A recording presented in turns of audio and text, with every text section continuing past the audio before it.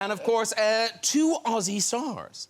I mean, I know it seems ridiculous, but did you know each other back in Australia? No, well, I mean, Australia is dark right now because, I mean, it's a very small country and we're both here. Yeah. But have you ever worked together? No. No, I wish. Oh, yes, I wish too.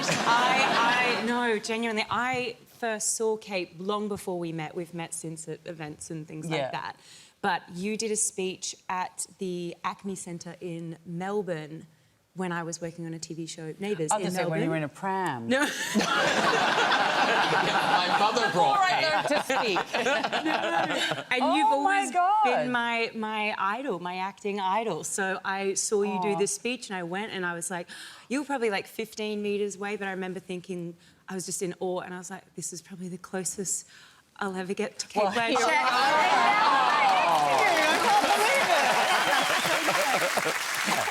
You were frightened when you went, Beverly, but you had a lovely time when you went to Australia. I had a great time when I went to Australia. Went to Sydney and me and my husband went and yeah, I was there to perform and I was terrified, though. I thought, I'm going to get eaten. I'm not going to make it back home, you know. Something's going to get me. Probably my audiences. Oh, God. I was like, you've got spiders bigger than my hands, you've got everything, sharks.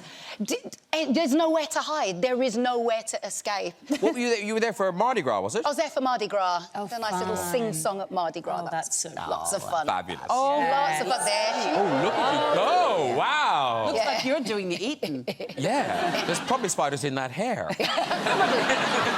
Trying to get to you. How fabulous. And here's the weird thing. Because I feel I know you pretty well. Yeah. I never knew you lived in Australia. Did you? I was a backpacker and I stayed over there more than the visa. This was naughty. I stayed there longer. And I used to work at an insurance place. And I love Australians. I love their humour. Sorry, you went all the way to Australia to work in insurance? No, I needed some money.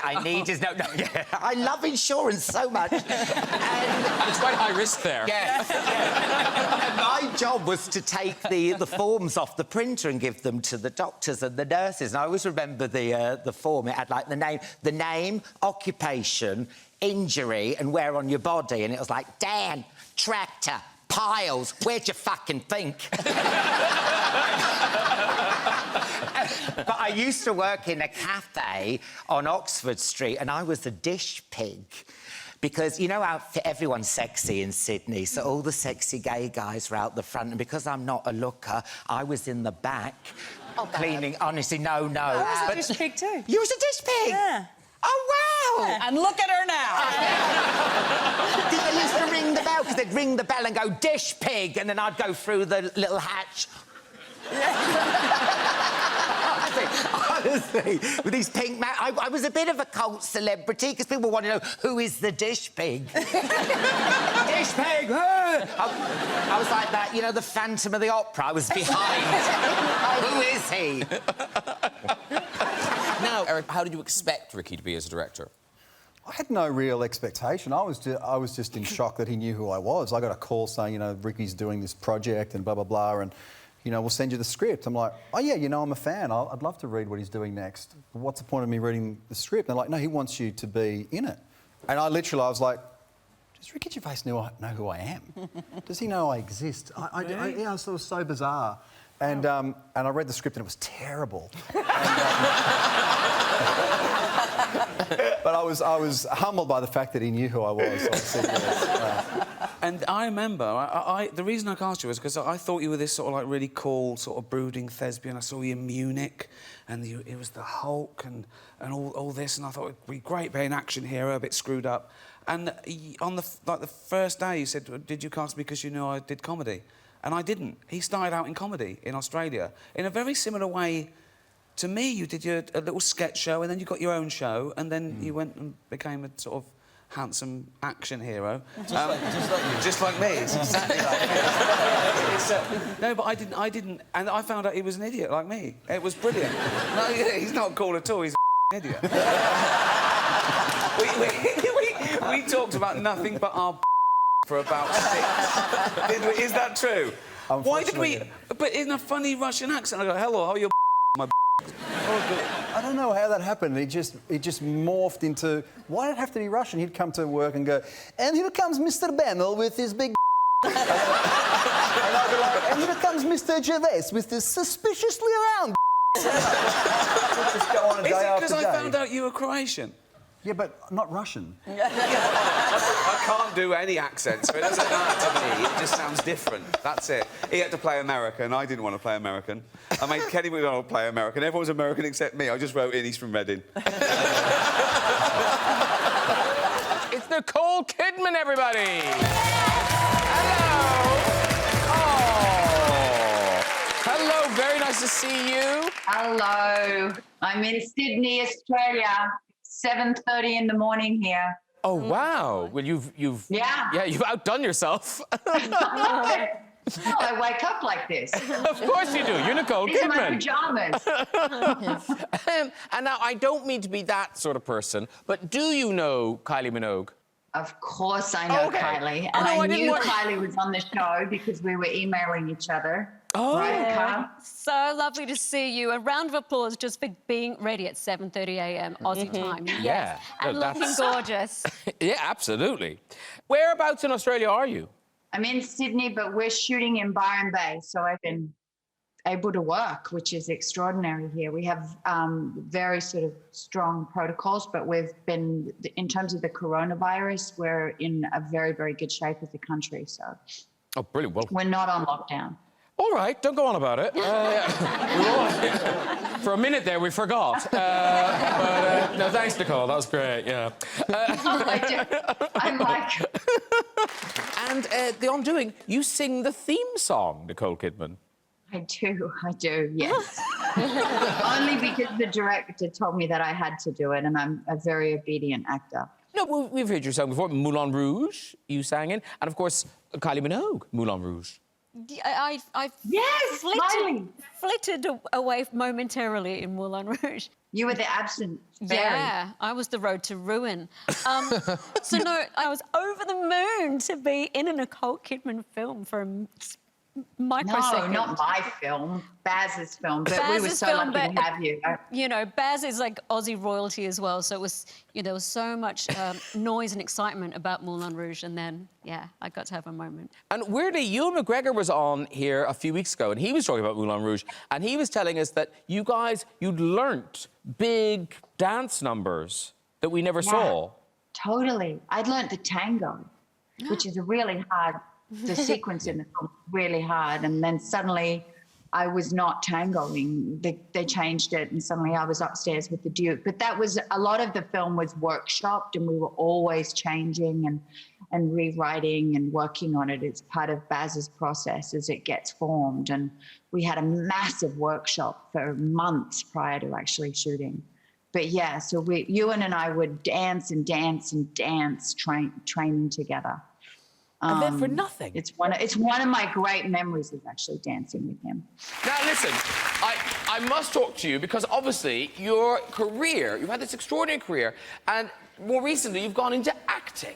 Well, yes, I am fundamentally an actress. And I've played Lady Macbeth, I've played so many roles. And fortunately, it took the Americans to recognise my abilities in that area. Never in England was I given parts. I'm better than Judi Dench. Much, much better. And, I'm afraid, taller. Because we loved you at Ally McBeal in America. Oh, Ally McBeal, in of Ally course. McBeal. We've got a picture of you. There you are with Callista Flockhart. There's Callista. Now, of course, Mrs. Jones, Mrs. Whatever it is. Indiana Jones. Yes, I believe we have a picture of her with Indiana Jones. Oh, yes. Indiana Jones and the Crystal Skull.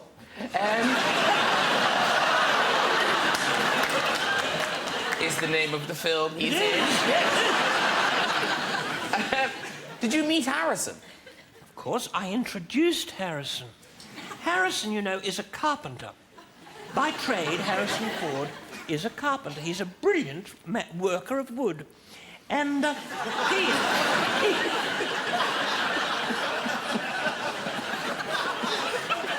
he is. Yes. And why that's amusing, but it is. And he was doing some bookshelves for me. And little Callista Flockhart. It's a funny name too, isn't it, really? She popped in for a cup of tea and I introduced them and magic occurred. I've done that to so many people. I've made mistakes. I introduced Nicole Kidman to Tom Cruise. That wasn't such a good idea. I mean, yeah, she said she needed a shoulder to cry on. He had to stand on a chair. There's Tom and his new... well, Yes. honestly, looks like she's doing the school run, doesn't it? And look, he's wearing your jacket, too. Isn't he? He's wearing something squeaky. It obviously comes in child sizes as well. and obviously, there are big stars in Hollywood that you must know. I mean, people like Mel Gibson, you must have... Mel, I helped him very early on. He's a diminutive person, too. And I had a school, a little drama school at my home. When I was just a housewife before megastardom smiled on me. Yes. And it was called The Dead. D-E-A-D. It was the Dame Edna Academy of Drama. I used to hear a little knock on the kitchen door, and it was Mr. and Mrs. Gibson with little Mel saying, could I help him, teach him some poems? And then, of course, Mr. and Mrs. Minogue brought little Kylie along soon after she was born. I used to babysit little Kylie. As a matter of fact, I breastfed her once. I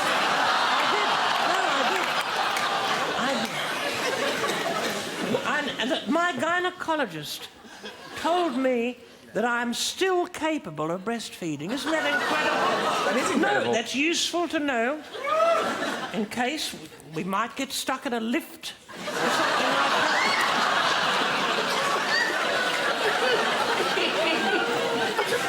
that. Now, you've made the choice to bring your children back to Australia. Yeah. So were they all born in America and then you brought them back? No, my daughter was born here in London, actually. Oh, right. Yep. And then the boys were born in America.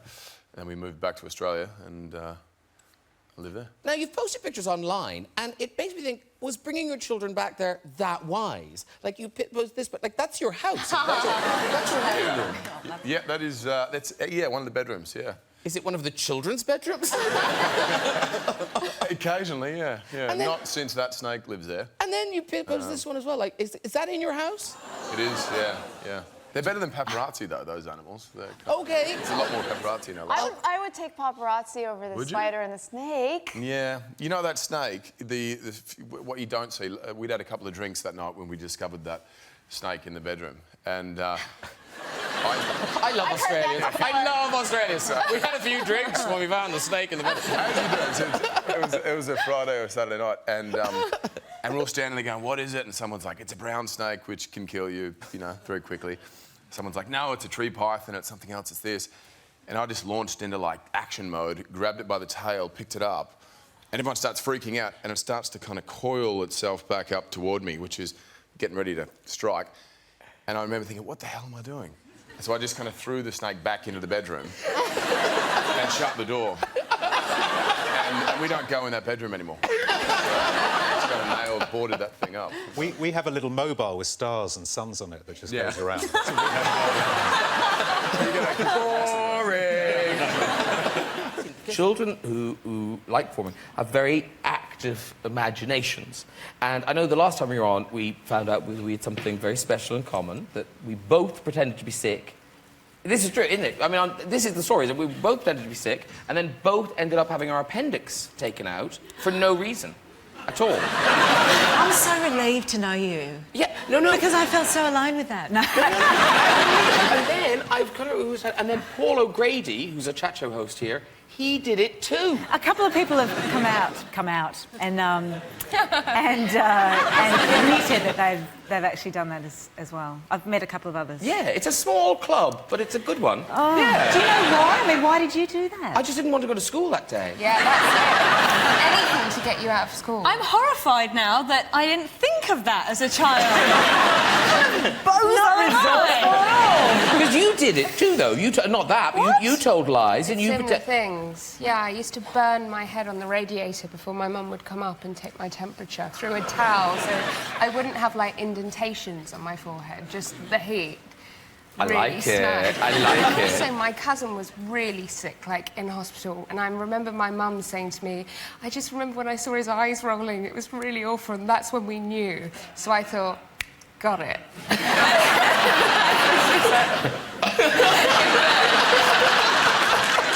I used to try and get out of school, but I felt guilty about pretending to be sick, so I used to spin around in my room to actually feel sick, so then I'd feel a bit better. It's true. And then my granddad, on the other hand, when you lie to the school, my granddad died 7 times in 1 year. Did it catch on? No, they just thought we were foreign and kind of had lots of grandparents.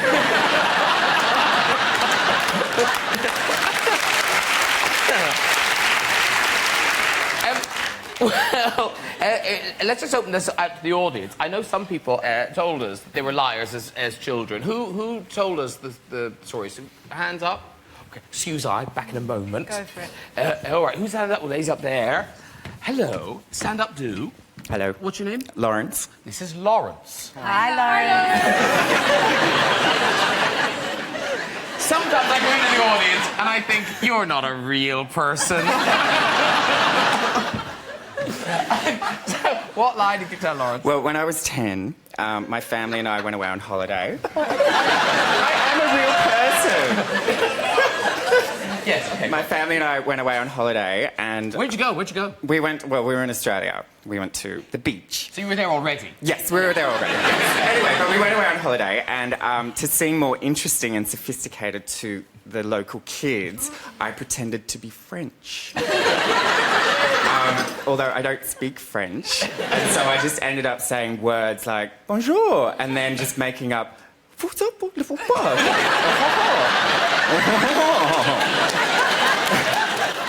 know what? I feel that holiday was really formative. I used to do that too. Maybe it's an Australian thing.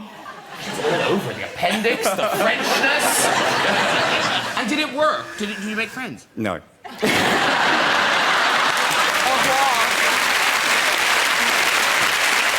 You hosted, was it New Year's Eve you hosted in Australia? Oh my God, I don't believe you know that. The first thing I hosted, this was back when I would do anything for money, I was asked to host the Australian New Year's Eve fireworks special. I was like, fantastic, $3,000 I'm in. So I went and I hosted, it's this act, Kylie Minogue singing, blah, blah, blah, doing all this stuff.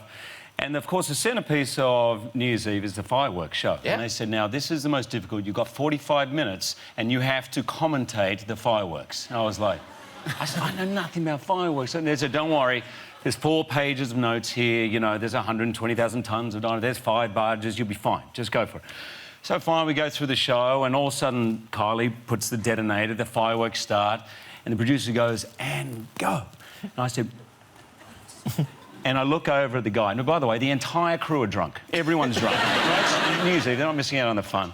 He's got the notes and his lighter. And he just lights it up in smoke. 45 minutes. And I'm looking at a monitor. The colours are extraordinary. I can't believe just the explosiveness. The worst 45 minutes of my life. That's why I turned that down.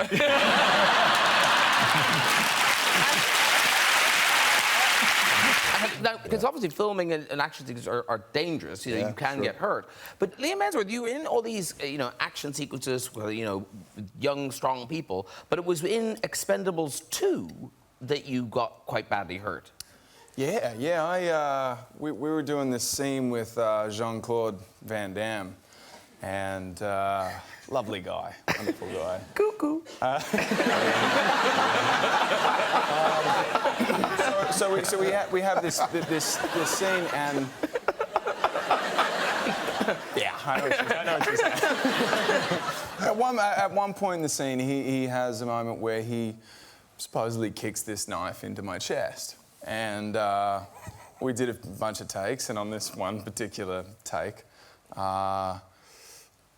he gave me a full Van Damme kick to the chest. Wow. And I dropped to my knees, and everyone called cut. Like and full everyone, on? yeah, like proper hit me in the chest, and sort of dropped to my knees, and I had my hands tied behind my back, and I was like, and the first AD came over, he's like, "You okay?" I'm like, yep, no, I'm good. I'm not going to show any pain to Van Damme, and I stood up. And then he takes his glasses off, he turns to me and goes, "It's okay, it's a controlled kick." And I'm like, there was nothing controlled about it. You kicked me in the chest. 100% just got kicked by Van Damme. Really? But I honestly felt honoured. You know, if you're going to get kicked by someone, that's a pretty good person to be kicked. Yeah, I guess. Yeah. Kickboxing world champion. You know him? You've worked with him? I do not know him. Really? You? He's been. I encountered him once. You were on the show. He was on the show. I'm not sure if he's ever been on this show, but I've encountered him. He said another great thing to me. Between that, the controlled kick line, and this, I worked with him for 4 days or something. The other thing he said to me, he came up to me at one point and he took his glasses off again. Oh, that's the thing. That's the thing. He wore these glasses through the whole scene. He came over and took his glasses off and looked at me. He's, "You have a good face." Glasses back on. Yeah. Thanks, mate. Thanks for that. That's awesome. But doesn't Jennifer Lawrence do a similar thing on The Hunger Games before acting? Yeah, she was probably worse. She often, right before a take, would turn to me and ask me if I liked having sex with kangaroos or anything along those lines, you know. Just you never really know what's going to come out of her mouth. And your answer was? Absolutely. Yeah, that's what Australians do. Yeah, Australian and proud. Before we go, of course, we do have time for a very quick visit to the big red chair. Who's there? Uh-oh. Hello? Uh-oh. You, sir. Yes. Good. Hello. Right. High hopes I don't have. What's your name, sir? David. David, lovely. And where are you from, David? Australia. Do you live here now? Yes, I do. I live in Surrey. You live in Surrey, lovely part of the world. And what do you do in Surrey, David? I design and build exhibitions. So I'm an exhibitionist, really. No,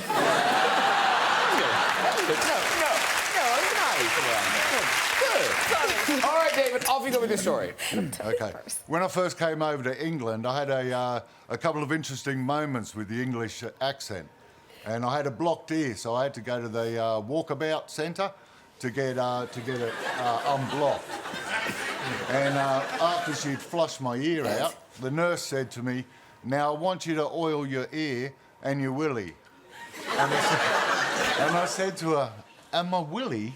She said, "No, annually."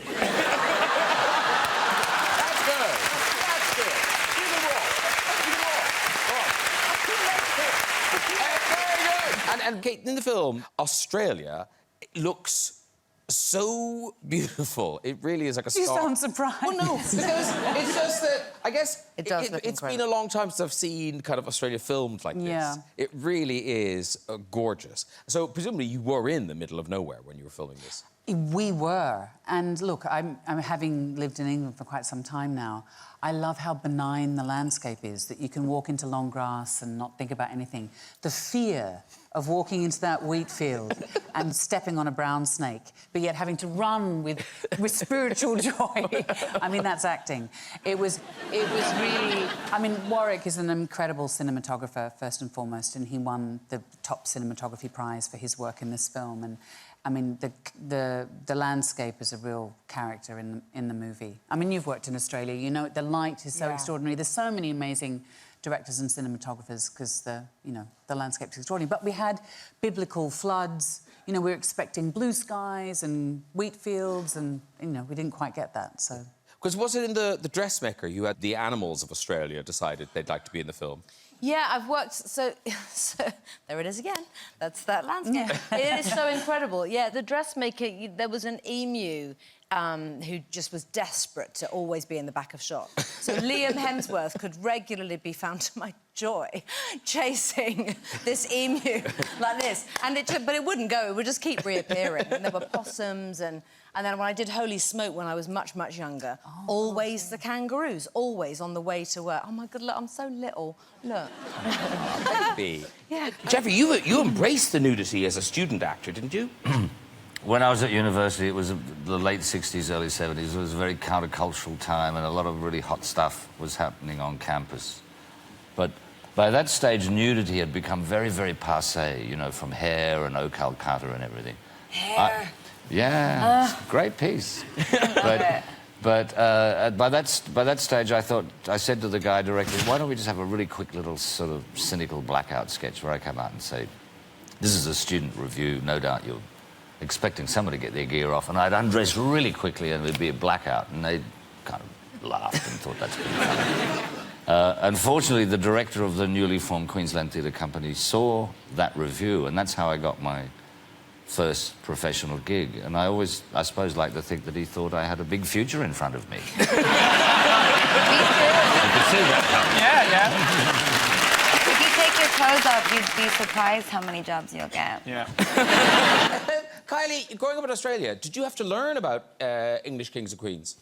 Yes. Oh, you did? Don't test me on it, my God. Yeah, because you could be, I'm correct, an Australian can be a dame. I'm not sure. Well, you're something already, aren't you? An OB or an I'm an OBE. Yeah, so you could be a dame. Yeah, I guess so. Or Yeah. expert. Yeah. Kylie, there should be Dame Kylie Minogue can I think happen. you can be a dame, yeah. I think Yeah. Dame Edna was a dame, Yeah. although also fictional. But, yeah, you know, yeah. there's... Well, why? You should be a dame. Yeah. Yeah. Maybe one. Come on, one day. Charles. Yeah. Put your finger out. Yeah. And talking about working with family, you, Kylie, you're based back in Australia now. Because it's that thing, I'm sure you missed your family, but now you get to see a lot of them. I do, yes. Which is lovely. But as you know, my mum used to come on tour with me all the time. Until she got the sack. Like, Mum, you can't be the quick change like this anymore. But yeah, it's great being back with family. And you've done some gigs with Danny. Yes. That's World Pride in Sydney, which was a surprise. It's the unicorn moment. When people see us together, it's like, wait.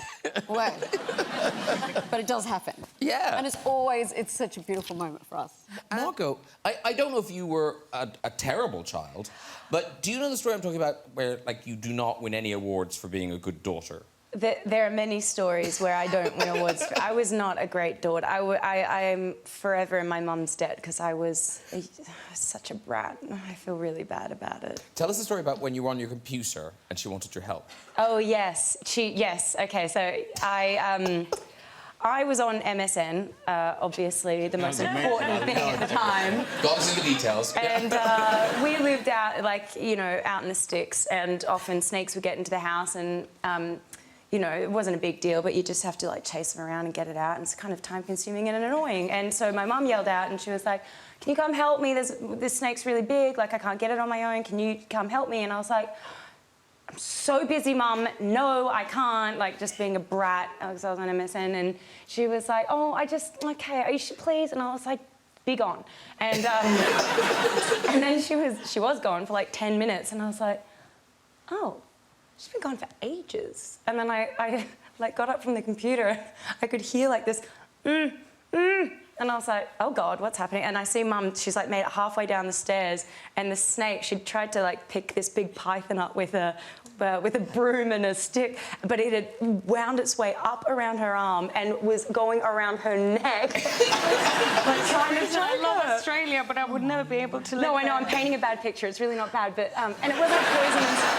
It wasn't a poisonous snake, but they do strangle you. And I felt so bad. And get it off her? You just got to give it something else to climb on. So you get a stick or something, it starts weaving its way around that, and then you can transfer its weight and get it off. Yeah, that is top tip, Or though. you grab it behind its head. You grab it behind its jaw. Oh, they hate that. They hate Well, you just don't want it to bite you.